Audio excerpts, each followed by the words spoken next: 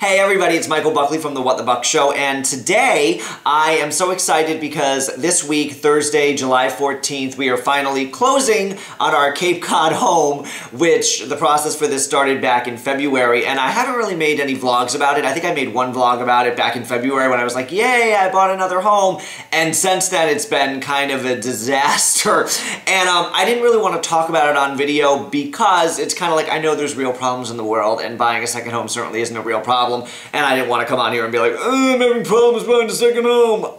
But now that it's over and I've been through it, I wanted to tell you from start to finish about the what went down, because it's semi-interesting, and maybe if you're going to buy a house, it's educational.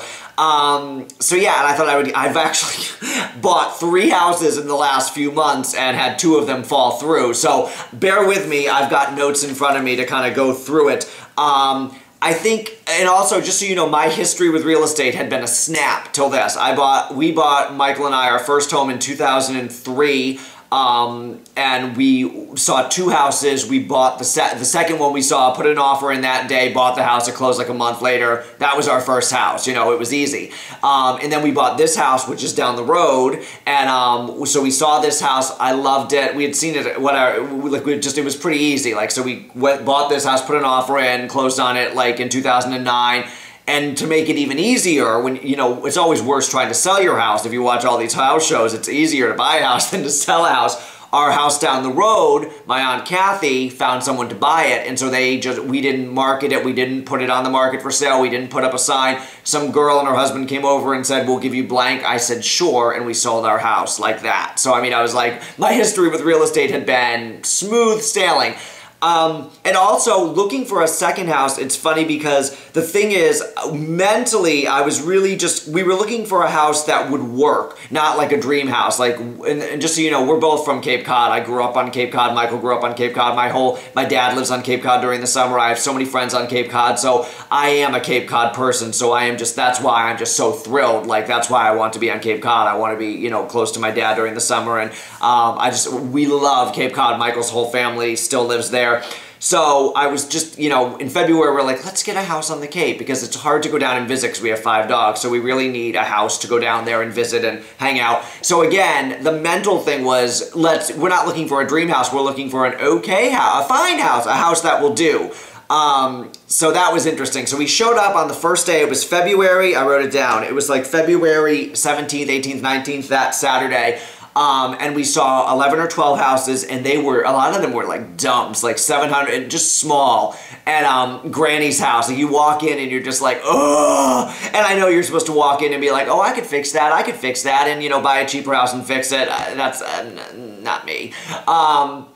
But again, I wasn't looking at a high price point, so I wasn't expecting much. But so we looked at like 12 or 13 houses that first day, and then we saw the first house, which we ended up putting an offer on, and this was, of the day, head and shoulders above the rest. It was 1,300 square feet, and when you had been looking at smaller houses, that felt huge.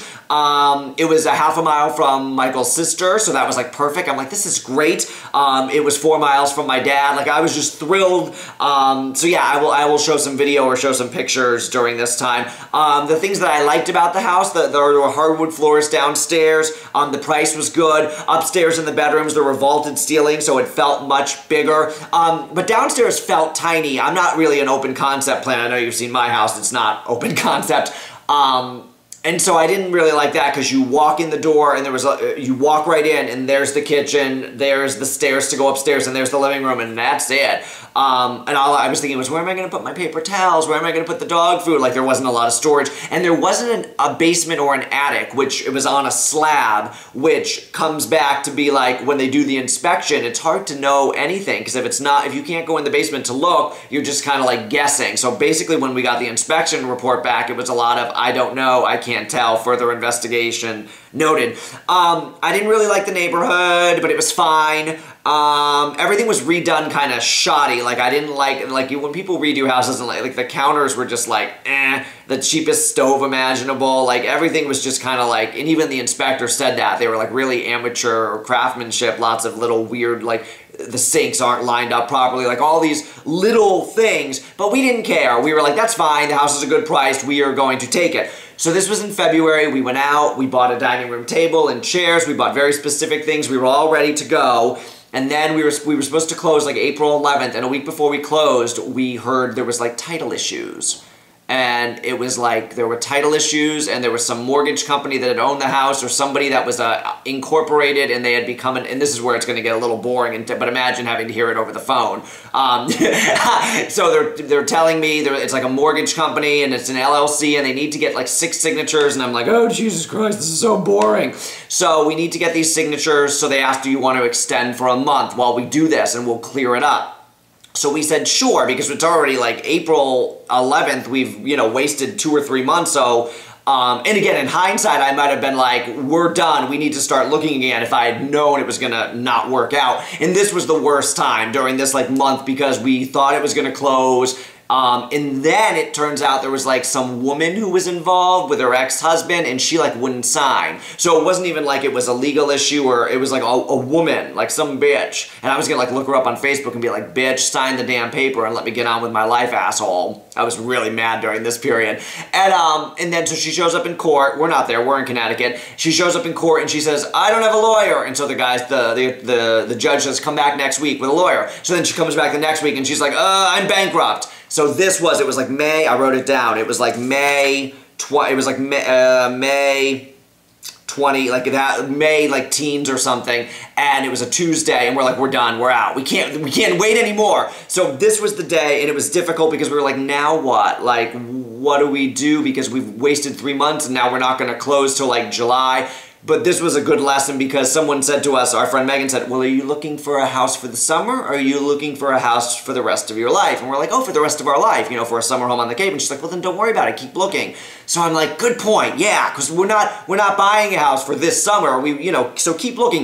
And I like looking at houses, so I instantly kicked back into, I was on Realtor.com for weeks, for months, nonstop every day, looking at houses. The only worst part about this one was we lost money. I'm still waiting for my deposit back. We paid the insurance in full, so I'm waiting for the yearly insurance back. And our lawyer charged us like $1,300, and we didn't even close. So this is for you watching at home. If you get a lawyer to do your closing, I've never heard of a lawyer who charges by the hour for a house closing. Every other house I've had, the lawyer charges by an hour. So to get an hourly bill for like $1,300, I was like, and we didn't even close. I mean, I was like, if Michael had handled this on the phone, he would never have paid it, but I was so irritated with the situation. I'm like, okay, thanks, bye, get out of my life. But yeah, so if you're going to close a house, make sure you ask the lawyer ahead of time, how much do you charge? And make sure it's like a flat fee, because a lawyer should be charging a flat fee for a house closing, there were plenty of lawyers who will charge flat fee, not some ridiculous hourly fee. So then that was on a Tuesday, we're done. So we go back to the Cape on Saturday, May 21st, and we saw 12 or 11 houses again. It's so nutty that it was like this. It was a Saturday, it was 11 or 12 houses again. We had upped our price point by maybe a little bit, maybe we had upped our price point, so we were looking at nicer, better houses. We found one. It was a ranch, and I don't really like ranches, but we put in an offer, and so this is that house. So this was house number 2 in May. And what did I like about this house? I liked the neighborhood. Like, it was a very peaceful, quiet neighborhood. Like, you could hear birds. Nobody was ever going to drive by. Like, it wasn't like a busy neighborhood. It was totally quiet and peaceful. So that was what it was. I was like, oh, this is so peaceful. And the landscaping was impeccable. The landscaping looked so good. I'm like, there's nothing to do for landscaping. And the backyard was completely fenced in. So for the dogs, I was like, this is great. And that saves like $6,000. Like, oh, we have to put a fence in. So, and there was like it was nice. You could drive behind the fence. So I'm like, this is perfect for the dogs. There was a hot tub, which we would never have used. But when you're going to have a hot tub, you're like, oh, this is great. We have a hot tub. And Michael's like, this sucks. So we're taking up our half the yard and we'll never go in it. But I was determined to like it, because I was a little desperate that day, because I thought, oh, in February we had shown up and we had driven 3.5 hours and we bought a house, and now it's like, we're gonna do it again. So we bought this house. We went back and forth on the price a little bit, like $1,000 here, $1,000 there, which was a sign to me, because whenever I watch House Hunters and they're going back and forth, I always am like, if you want the house, frickin' buy the house. Like, don't be nickeling and diming here and there. So clearly I didn't really want this house, because I was like, no, $1,000. Like, I was upping every time. Like, I wasn't willing to budge. But anyway, so on 5/25, after 4 days of negotiations, we accepted it. 5/29, May 29th, they went and did the inspection, and it didn't go well. So I remember the moment so well, sitting outside with Michael and Aunt Kathy, and we're reading through the things on the inspection, and within like 2 pages, we're like, we're out. We can't do it. So we call it, I text my lawyer, I'm like, we're out. So, and even though the sellers offered to fix everything, I was like, nope, nope, nope. There were too many things, and also, again, it was on a slab, so the inspector was like, I can't tell. There's nothing to, you know, you're gonna have problems someday and no one's ever gonna know because your house is on a slab. And I'm like, So I was actually, as sad as I was, it wasn't like the first house, which I had visualized and I had thought about for months. This house I had only been thinking about for a week, so I was like, okay, it's dead to me. So I moved on pretty quick with that. And then now that I look at it, I'm like, I hate it. Like, I despise it. Like, I look at the layout, I look at the floor finishes. I don't like the bedrooms are tiny. I don't like anything about this house. So, and it was significantly more than the first house. So, mother effer.